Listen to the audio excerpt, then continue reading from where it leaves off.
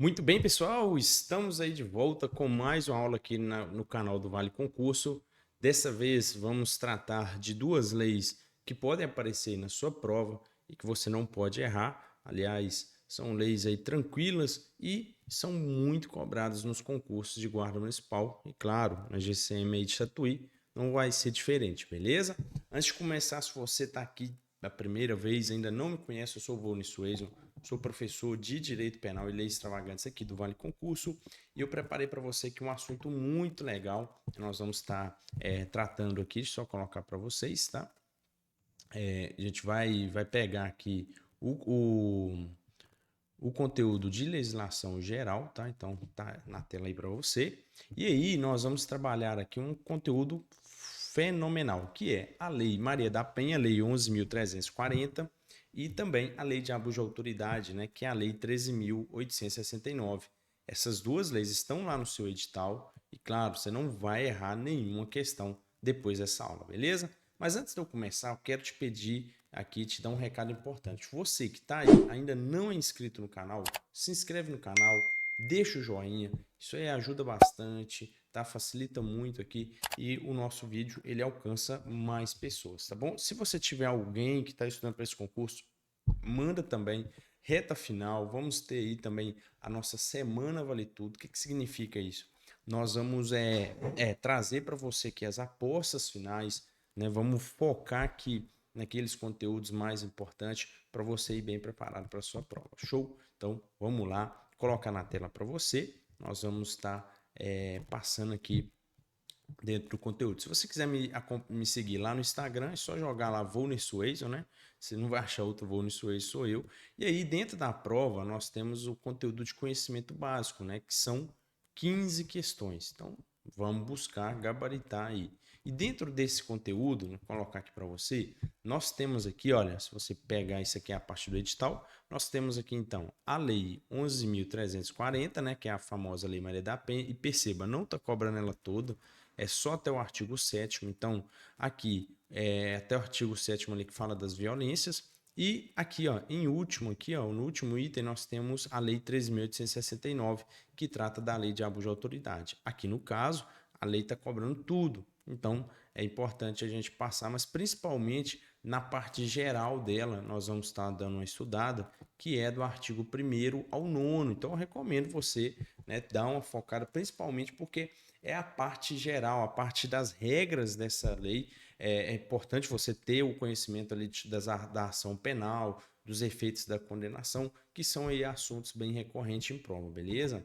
Vamos lá, então, prosseguindo aqui, nós vamos iniciar então com a lei de abuso de autoridade. Essa lei, ela não é muito antiga, né, de 2019, nós estamos em 2024, então ela fez aí 5 anos, praticamente, ela não tem nem 5 anos de vigência pelo fato de que ela demorou a entrar em vigência, né? Ela é de 2019, mas entrou em vigência, salvo engano, só ali fevereiro ou janeiro de 2020, né? Então demorou um pouquinho a vigência dela. Beleza, mas o que importa aqui? Essa lei, ela vai tratar dos crimes de abuso de autoridade. Então, quando a gente fala abuso de autoridade, nós estamos falando daquela autoridade, daquele servidor, daquele agente público que abuse do poder que lhe foi conferido, porque ele é um representante, né? Então, ele está abusando do poder que foi dado para ele e ele pode incorrer civil, administrativa e criminalmente, penalmente, né? Então, ele pode ter consequências administrativas, pode ter consequências civis e também pode ter consequências penais. E a Lei 3.869 vai tratar dessas consequências penais, dessas consequências criminais. Portanto, a partir do artigo, vou colocar aqui na tela para você, a partir do artigo 9º, né, nós temos ali do artigo 9º até o artigo 38, ela trata dos crimes. Agora, do artigo 1º ao artigo 8º, ela vai tratar das regras, né, gerais. Então, é a parte geral da lei, ela trata aqui das regras, beleza? E aí vamos iniciar, por quê? A primeira coisa que você tem que lembrar é que a lei de abuso de autoridade, isso aí você estudou, né? A respeito de conduta, nós temos então uma conduta, ela pode ser de acordo com o artigo 18. Você tem crime doloso, né? Então a conduta dolosa, ou então a conduta culposa, que é quando o agente ele causa, então, ele causa o resultado, ele pratica o crime por causa da sua imprudência, né? Ele foi imprudente, então agente imprudente, ou então ele teve, né, agiu de forma negligente, então o agente aqui no caso é o agente negligente, ou então ele foi o que não teve perícia, então é o imperito, né? Então a gente aqui que é imperito, falta de habilidade. Aqui nós temos a conduta culposa. Via de regra, a punição é somente dolosa, correto? O parágrafo único do artigo 18 fala isso. Somente se tiver o quê? Previsão legal. Então tem que estar na lei a previsão daquela conduta para que ela possa ser punida como crime culposo, tá bom? No caso da lei de abuso de autoridade, nós temos apenas todos os crimes aqui, ó, todos os crimes são dolosos. Então não há punição para condutas culposas na lei de abuso de autoridade. Isso já te ajuda bastante, tá bom? Detalhe aí muito importante mesmo. Além disso, o elemento, né, os crimes, eles exigem um elemento subjetivo. O que significa? O dolo específico aqui que nós temos. Para que possa incorrer, o agente tem que agir por mero capricho ou satisfação pessoal, tá bom? Para prejudicar outra pessoa ou para beneficiar a si mesmo ou a terceiro, né, a outrem. Então, lembra disso, é o famoso aí MPB, então tem que ter um desses requisitos, caso contrário nós não teremos aí crime de abuso de autoridade, beleza? Lembrando que na lei de abuso de autoridade, como eu falei, não há crime culposos. Agora, preste atenção nesse quesito. Qual que vai ser a ação penal nos crimes de abuso de autoridade? Nós temos, e aí você tem que lembrar, regra e exceção. No direito penal, não só o direito penal, né, mas nas matérias de direito, é muito comum, se você que já está acostumado, você vai concordar comigo aí, você sempre vai ver a regra e a exceção. E é aí que muitas das vezes o examinador trabalha para confundir você, aonde ele vai colocar apenas a regra e misturando para que você, como você estudou, você está com tudo na cabeça, que o que eu vejo que muita gente erra, às vezes é o seu caso, é ir além do que a questão está trazendo. Porque você está, né, tudo ali fresquinho na cabeça. Então, muitas vezes falta maldade, interpretação em compreender até que ponto o examinador está pedindo de você. Tá? Por isso que resolver questões é importante. Eu lembro que eu só estudava e não fazia questão. É claro que tem gente que passa sem fazer questão, já conheço esses casos, mas eu tomava muita cepada porque eu pensava demais, colocava as exceções junto ali da regra, beleza? Mas vamos voltar aqui. Então, quando a gente fala da lei de abuso de autoridade, a regra é que a ação penal ela é pública e incondicionada, tá aqui para você, ó. Essa é a regra.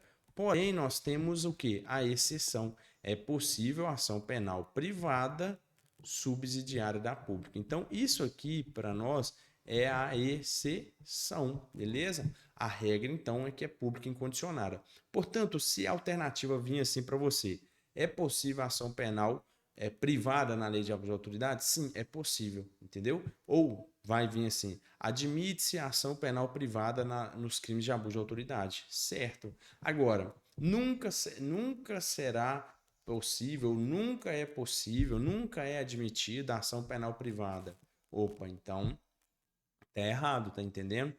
Ou a ação penal sempre será pública e incondicionada? Não, sempre não. Depende. Tá? Então, como essa ação penal privada ela mais é um fundamento, né, constitucional, porque você não pode ficar à mercê ali do membro do Ministério Público. Então, o Ministério Público ele ficou inerte, né? E você então pode promover aí a ação penal privada subsidiária da pública. Outro assunto que nós vamos falar em características então de crime é que na lei de abuso de autoridade os crimes todos são punidos com detenção. Infelizmente, né, em alguns, não é o caso da OM Concurso, mas pode acontecer, é muito comum a banca cobrar de você as penas. E aí, pô, é humanamente possível você gravar todo. Mas quando há essas leis aonde é pequena, como a lei de tortura, por exemplo, ou tem essas características, como é o caso da lei de abuso de autoridade, vale a pena a gente lembrar disso aqui. Então, existe, né, as penas privativas de liberdade. Você tem reclusão, detenção e prisão simples. No Código Penal, você, quando você estudou lá, você viu isso aí também comigo que você viu lá, tem crimes que é reclusão, tem uns que é detenção, tá? Então isso muda muito por causa do regime de cumprimento de pena, tá? É isso que vai importar. E aí, no caso dos crimes de abuso de autoridade, nós só temos detenção, nunca tem reclusão, sempre é detenção mais multa. Então é detenção mais multa. Lembra disso? Se vier alguma alternativa sobre pena, isso já te ajuda demais a eliminar. Porque imagina que tem uma alternativa falando, olha, vamos imaginar 5 alternativas, 2 fala reclusão. Opa, já anula ela. Mais 2 fala que não tem multa. Então já te ajudou demais, tá entendendo? Ou, às vezes uma vai falar que não tem multa, né? Que ele vai tentar deixar o mais parecido ali. E aí, sempre detenção e multa. Nós temos penas de 6 meses a 2 anos e de 1 a 4 anos na maioria. Só tem um crime, que é o artigo 15A, que é chamado de violência institucional, que tem essa pena aqui diferente, ó, 3 meses a 1 ano, é a menor, né? Então, só ele. O resto, ou é 6 meses a 2 anos, ou de 1 a 4 anos, tá? Então, isso aqui já te ajuda pra caramba, né? Para você aí, na hora da prova ali, deparar com a questão nesse sentido, você fica assustado, pensa, para um pouquinho, reflete. Opa, peraí, é isso mesmo, então é detenção e multa. E lembra que não pode passar de 4 anos, né? Então, sempre é nisso aí. Se vier falando que o máximo é 3 ou 5, você já vai excluindo. Então, essas coisas vai te ajudando bastante, tá bom? Aí a gente tem aqui, então, os efeitos da condenação. O que significa isso aqui? Isso aqui é muito cobrado. Efeitos da condenação são as suas consequências, né? Pera aí, eu fui condenado por abuso de autoridade. O que pode acontecer comigo? Você pode perder o cargo, você pode ficar inabilitado. Por exemplo, você não pode exercer nenhum outro cargo público. Ah, o meu primo, você foi condenado, por exemplo, por abuso de autoridade. Aí você tem um parente que passou lá passou. O seu parente virou um prefeito, né? Acontece muito isso. Você não pode assumir nenhuma função lá, nenhum cargo lá, entendeu? Muito menos em um mandato. Você fica inabilitado. Pois é. Então, nós temos aí essas consequências. E aí, o que importa aqui? Você tem que entender o seguinte, presta atenção. A lei, ela trata de 3 efeitos. O primeiro, que é a obrigação de indenizar o dano causado. Então, se causou algum dano, tá? A gente tem a obrigação de indenizar. O agente tem essa obrigação. Causou dano, tem que indenizar, beleza? O segundo é a inabilitação, que eu falei com você. A inabilitação, ela impede você, né, de exercer qualquer cargo, mandato ou função, você fica inabilitado.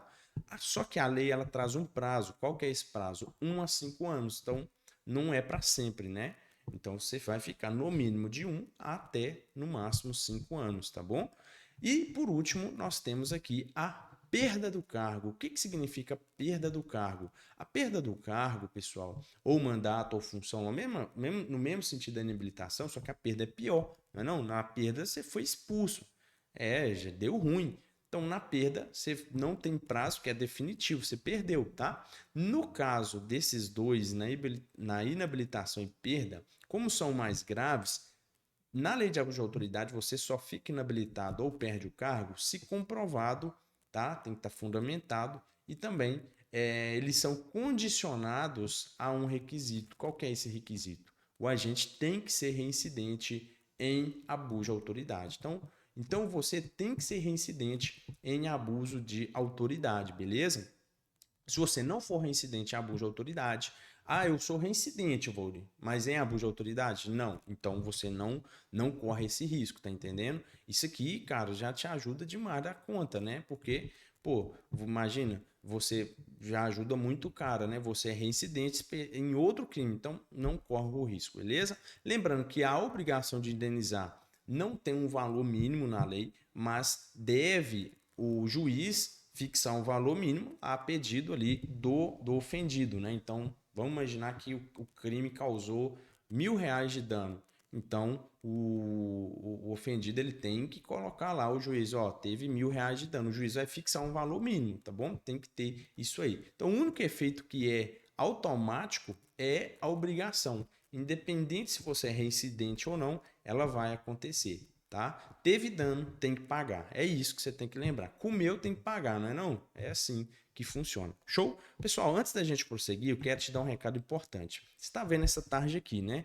Olha, o Vale Concurso tem pacotes de simulados, são simulados completos para você estudar aí, né, para a GCM de Tatuí, simulados completos de acordo com a banca, né, simulados aí que vão abranger os assuntos do edital. Então, muita gente às vezes estuda, né, e não tá preparado porque não pegou realmente ali um conteúdo bom. Vou até mostrar para você aqui um simulado, só para você ter uma noção, né, um pouco aqui como é que funciona.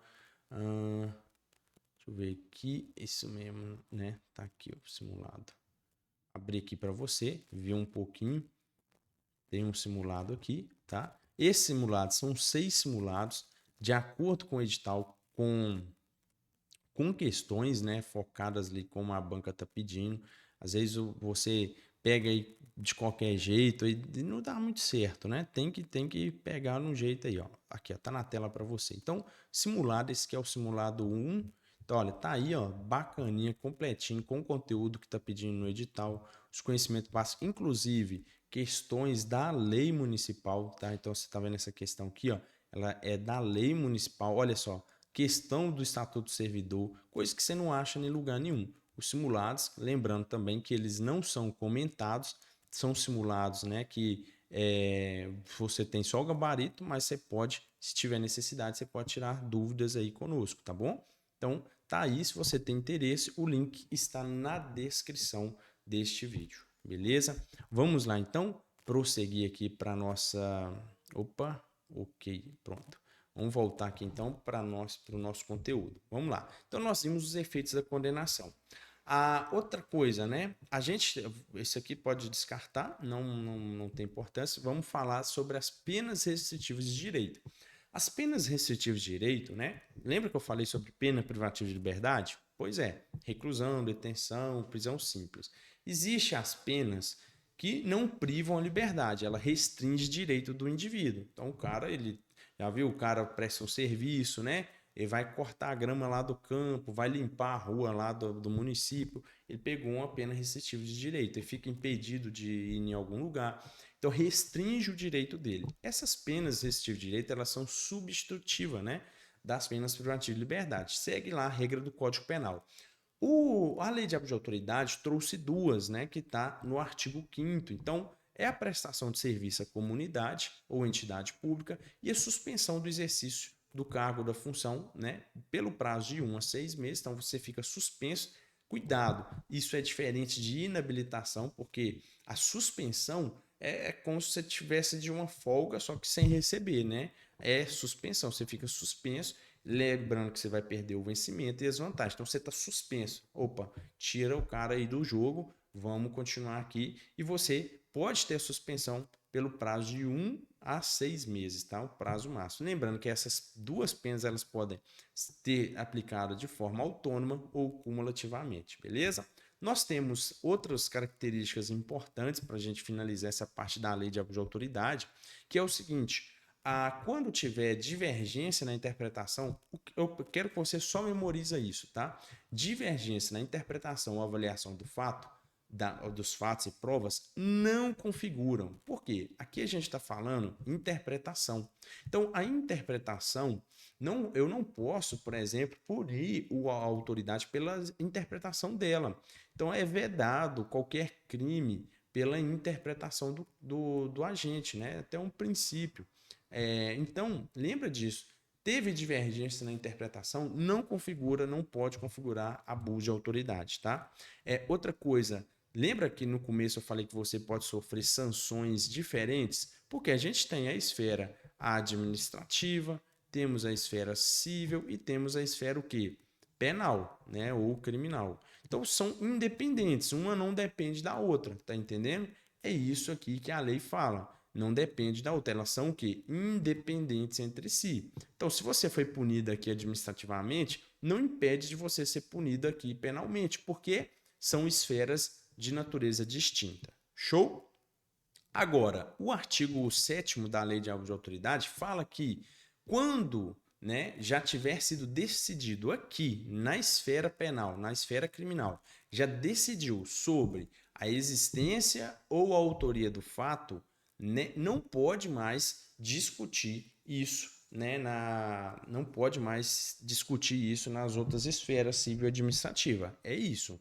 E, por último, né, o artigo 8º fala para a gente que faz coisa julgada, tá? Então, você só tem que lembrar dessas coisas que eu tô falando, não precisa saber o que é coisa julgada para você, não tem necessidade. Faz coisa julgada em todas as esferas, se comprovado aqui que você agiu em excludente da licitude, ou seja, se você agiu ali em legítima defesa, em estado de necessidade, em estrito cumprimento do dever legal, em exercício regular do direito, um deles, tá bom? E aí nós temos aqui então o crime de violência institucional, tá aparecendo aqui para você, ó. Esse crime, ele é o único que tem aquela pena que eu falei para você de 3 meses a 1 ano. Ele é o mais recente que foi introduzido e é o único que tem causas de aumento de pena. Então aumenta a pena em 2/3 e aumenta a pena em dobro. Aí é memorizar mesmo, não tem muito o que fazer não. Agora a gente entra na Lei Maria da Penha, que é a Lei 11.340. Para você está cobrando só até o artigo 7º, então do artigo 1º ao 7º. Quais são os mais importantes? Que mais cobrem prova, principalmente concurso de guarda? É o artigo 5º e o artigo 7º, que é onde a gente vai trabalhar aqui. Mas antes, claro, vamos focar na lei aqui. A Lei Maria da Penha é uma lei, lembrando que ela é independente, tá? Então, qual que é a finalidade? Eu tenho que pegar esses dois artigos, que é o 5º e o 7º, para que eu possa ver a aplicação da Lei Maria da Penha. Então, configurou as hipóteses da Lei Maria da Penha, eu posso ter a sua aplicação. Onde que ela vai aplicar? Quando tiver os casos do artigo 7º, que é as formas de violência, dentro dos âmbitos que está no artigo 5º, tá bom? Então, nem sempre que uma mulher apanha, por exemplo, vai aplicar a Lei Maria da Penha. Se você sai ali na rua ali, né? Ou lá no serviço, briga com a mulher lá, a coisa de serviço, bate nela, não vai configurar a Lei Maria da Penha. Mas se você bater na sua esposa, você vai ter a Lei Maria da Penha, tá entendendo? Então, nem sempre, porque a lei ela tem ali os seus requisitos, tá? Mas o que você tem que lembrar para a prova? As formas de violência. A lei, no artigo 7º, ela traz para a gente 5 espécies de violência. Lembrando que é um rol exemplificativo. Não se restringe a esse aqui, não. Nós temos a violência física, psicológica, sexual, patrimonial e moral. São essas 5, tá bom? Somente essas que tem. É muito comum as questões, as provas. Quem fez a GCM de Santos cobrou isso aí, né? Quem vai lembrar aí. Muitas guardas, é muito comum. Vem A, B, C, D e E, por exemplo, ou A, B, C, D, e pede a que não é. Tá entendendo? Então, não tem aqui, nós não temos, ó, vamos colocar as que são mais cobradas. Eles tentam colocar violência uxória, que é do casamento, tentam colocar violência emocional, tá? Violência emocional, ou até mesmo violência animal. O que que significa isso, violência animal? Né? Então, bateu no cachorro ali. Não, não vai dar, tá bom? Então, uma dessas 3 é muito comum sendo usada. Então, qual é? Física, psicológica, sexual, patrimonial e moral. Então, agora, outra coisa que você não pode errar de jeito nenhum. É muito comum confundir a psicológica com a moral. Na violência psicológica, a gente tem, o foco aqui é humilhação, tá? E dano emocional. Perceba que a violência psicológica ela gera dano emocional, mas não existe a violência emocional, é violência psicológica. E é claro, gente, não significa que pode ter só uma, não. Às vezes a mulher foi vítima de violência física e sexual e psicológica, tá? Aí, o que eu quero chegar? Aqui, ó, violência moral, você tem que prometer para mim que você não vai errar, você não pode, você está proibido, vedado, né? Vamos usar o termo aí, você está proibido de errar. Violência moral, tenta lembrar de honra, tá? Porque aqui a gente está protegendo, né? Só ocorre violência moral quando a mulher foi vítima de calúnia, difamação e injúria, que são os crimes contra a honra.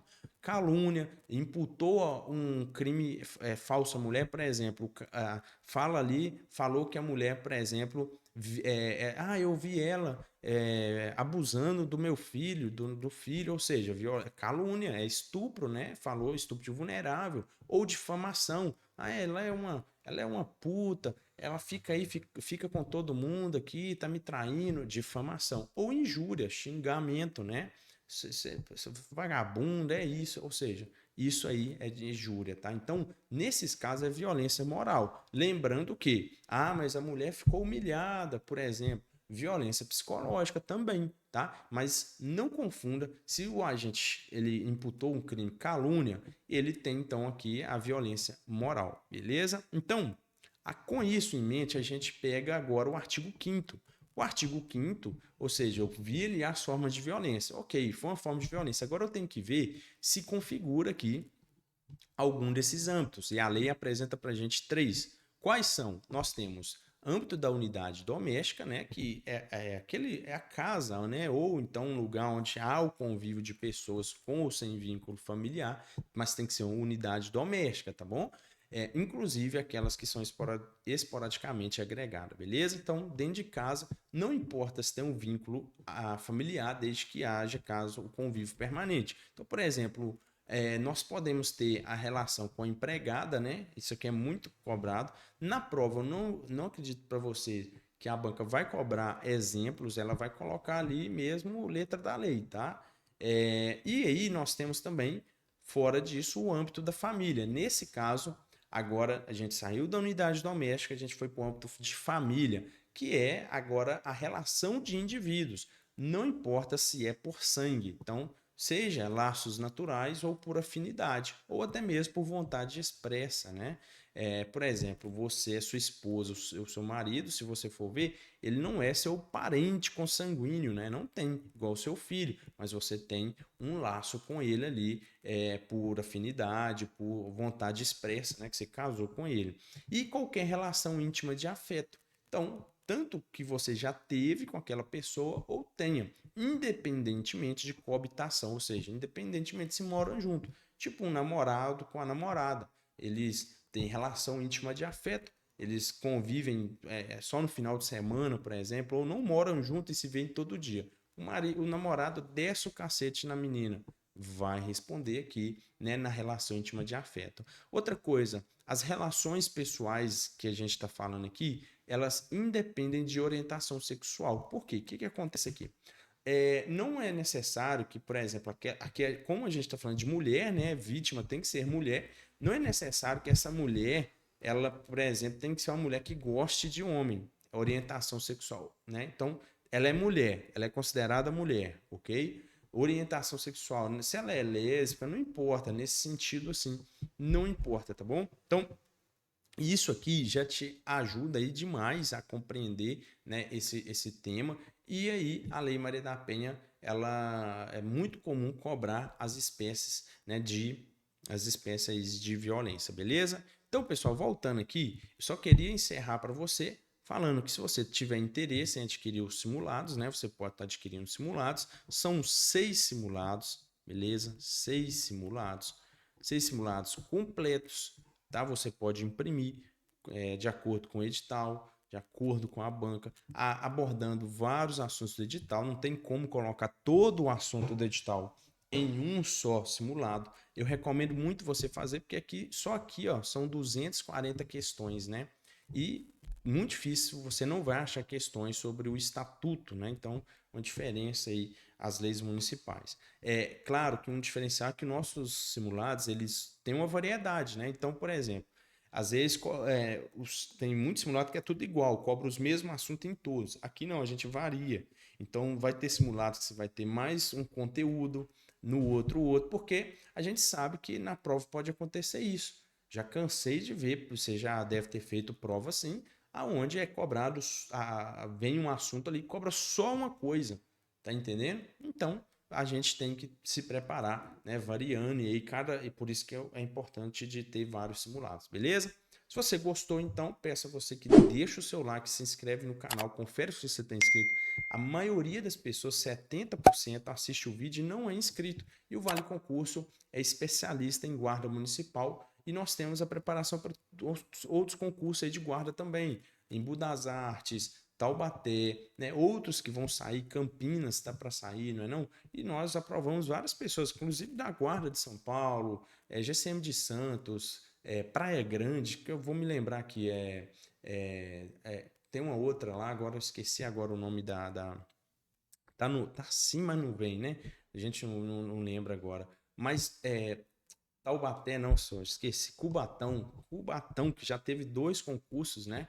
Aprovamos muitas pessoas aí também, né? Então, muitos concursos de guarda municipal que sai bastante. Eu não vou lembrar de todos, São Paulo é muito grande, tem muitos concursos que vão saindo aí e nós trazemos essas preparações completas. São poucos aí os cursos preparatórios que trazem as leis municipais. E aqui no Vale Concurso a gente sempre prioriza trazer para você um material de qualidade, né, com um custo-benefício bom e, claro, com essas leis e essas matérias específicas, beleza? Então, é isso aí, pessoal. Vou ficando por aqui. Valeu e até a próxima.